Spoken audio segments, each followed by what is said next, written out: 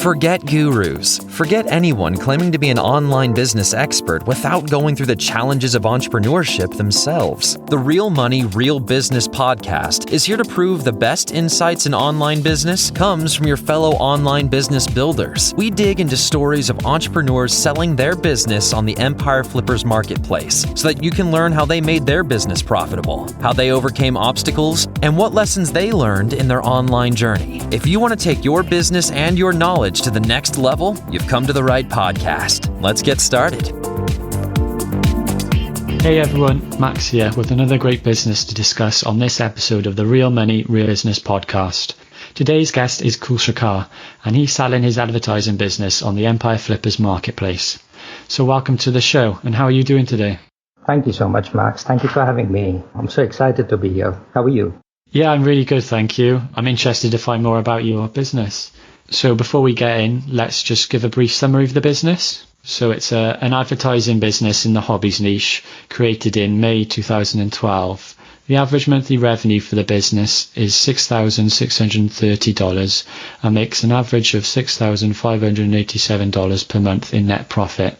For everyone listening, you can visit empireflippers.com/marketplace and search for listing 47918 to learn more about the business.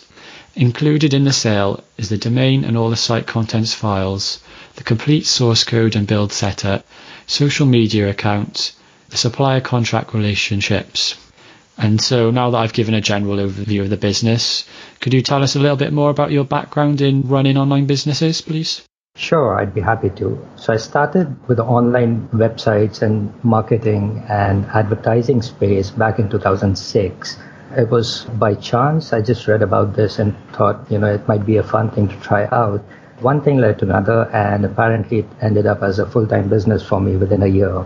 This particular site, I believe I started that in around 2012, and it was basically me solving a problem that I had myself. I'm sure you've heard this a lot, but this was actually the case with me. And you sort of come up with the idea to start this, and it grew from there. It grew quite quickly.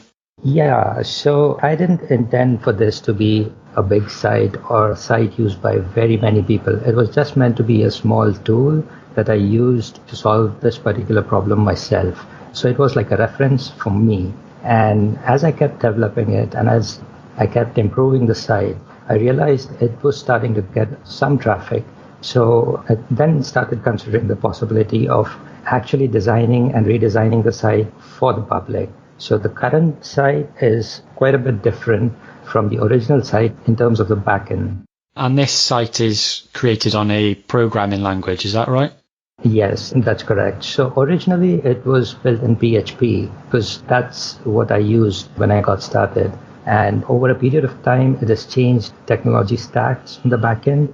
For a while, it was on Node.js, and currently it's been rebuilt using Go. The main reason for the change of the technology stack was to improve the site's performance, and it was based on numbers that I got from Google Analytics and various other tools. And this is reflected in the current page speed rankings that the site has, which is upwards of 97 in most cases, so which is pretty good speed rank. Yeah, and would you say that you need some sort of developer experience to work with this site? No, not at all. So currently I don't spend more than an hour a week on the site. All I need to do really is just keep track of analytics in case something weird happens and to respond to it, and mostly just to pay for the domain and hosting on time. That's pretty much what I do for this site. And how does it primarily make money then? It's only based on advertising. Initially, I started with AdSense, but then I moved on to other ad partners. And currently, I've partnered up with 3-Star, and I use their technology stack to help me monetize this site. And what do you think is so appealing about this type of advertising business model? Well, the recurring revenue stream without doing any work is probably the biggest plus that I can identify. So I have a lot of these sites, and I have a few SaaS businesses as well.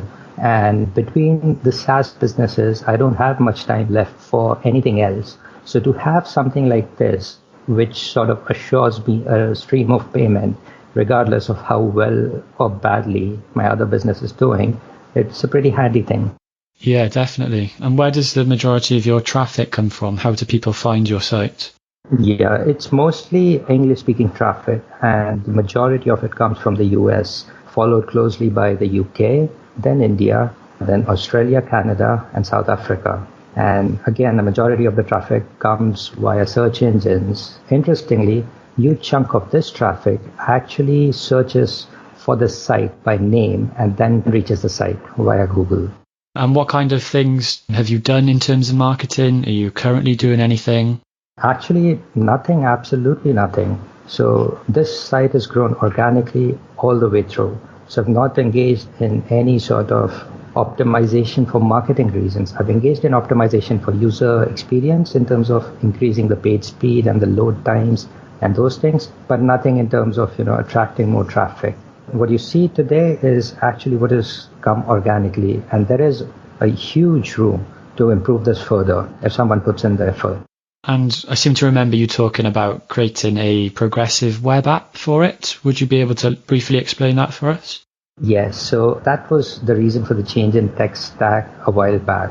What I realized was a lot of people who were repeat users of the site had to keep opening the browser up and typing the site or searching through Google and then coming to the site. And the idea of progressive web app is that you can build a website which behaves like a native mobile app, and it can get installed on your home screen just like any other native mobile app. That is what I've done with this website. So if you visit it on a mobile phone, you will get prompted to add it to the home screen. And if you don't get prompted, you can add it to the home screen from the menu on the browser. And from then on, you just have to click the icon on the home screen to open and start using the site. Okay, got it. And is there anything you learned from this business that you might apply to future businesses? I've already applied it actually, and yes, there's a great bit that I learned from this.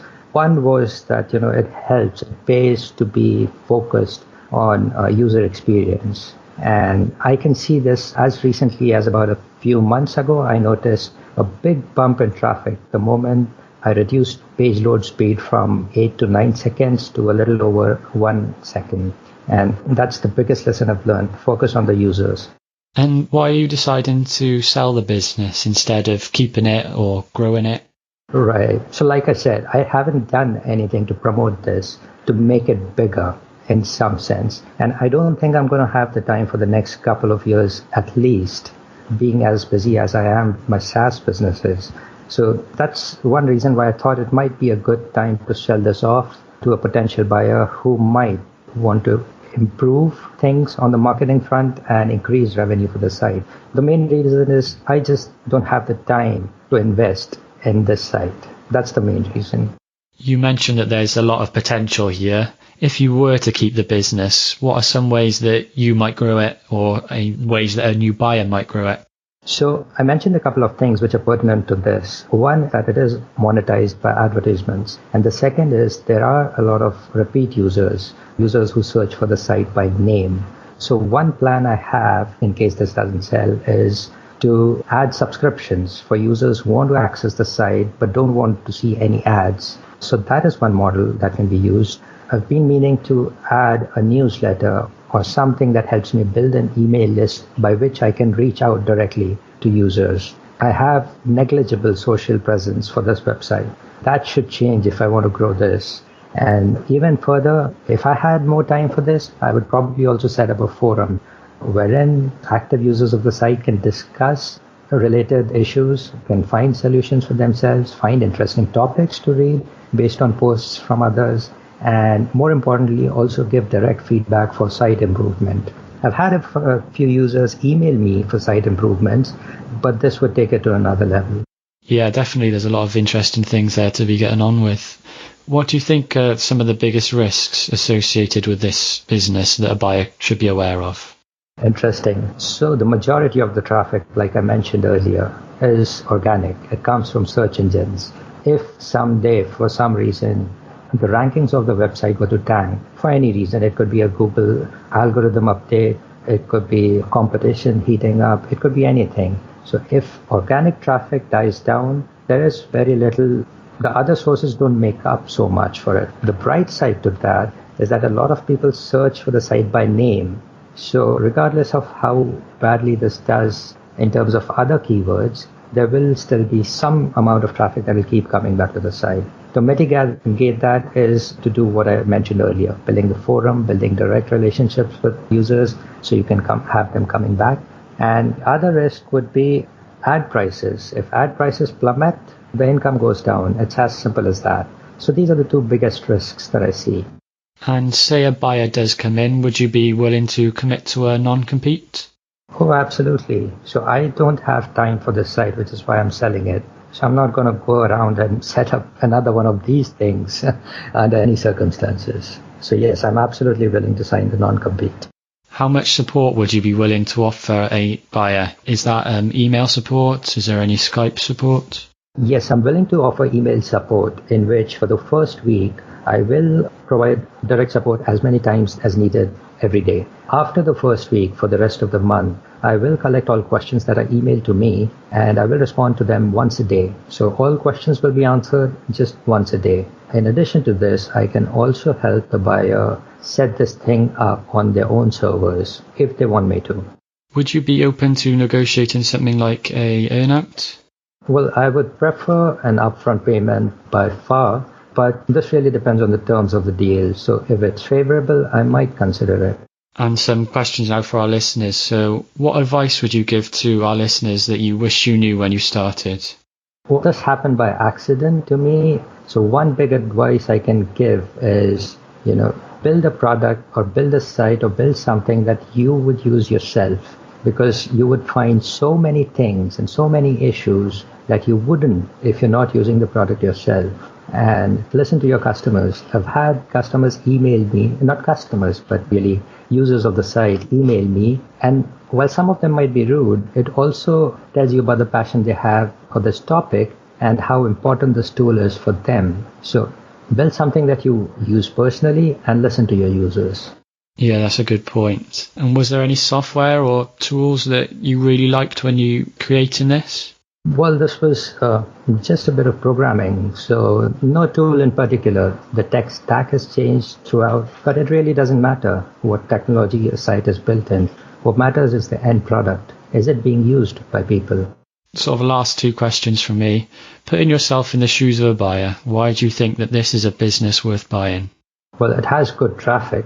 It has recently been optimized and has seen a bump in traffic for the past few months. It has a very steady stream of revenue, and it has a lot of upside if someone's willing to invest the time into it. For very little cost, mind you. Everything that I've said doesn't cost much. It just needs time and focused effort. So if someone has that, this is a fantastic investment. And is there anything else that you would like to share that I might have missed? Well, I think we've covered it all. Well, thank you for joining me today. Thank you for having me. Okay everyone, thank you for listening. To learn more and see if this listing has already been sold, head over to empireflippers.com/marketplace and search for listing 47918. If you're watching this on YouTube, click the link in the description to go straight to the listing. Once you've unlocked this listing, you'll be given everything you need to know about this business, and I'll see you in the next episode.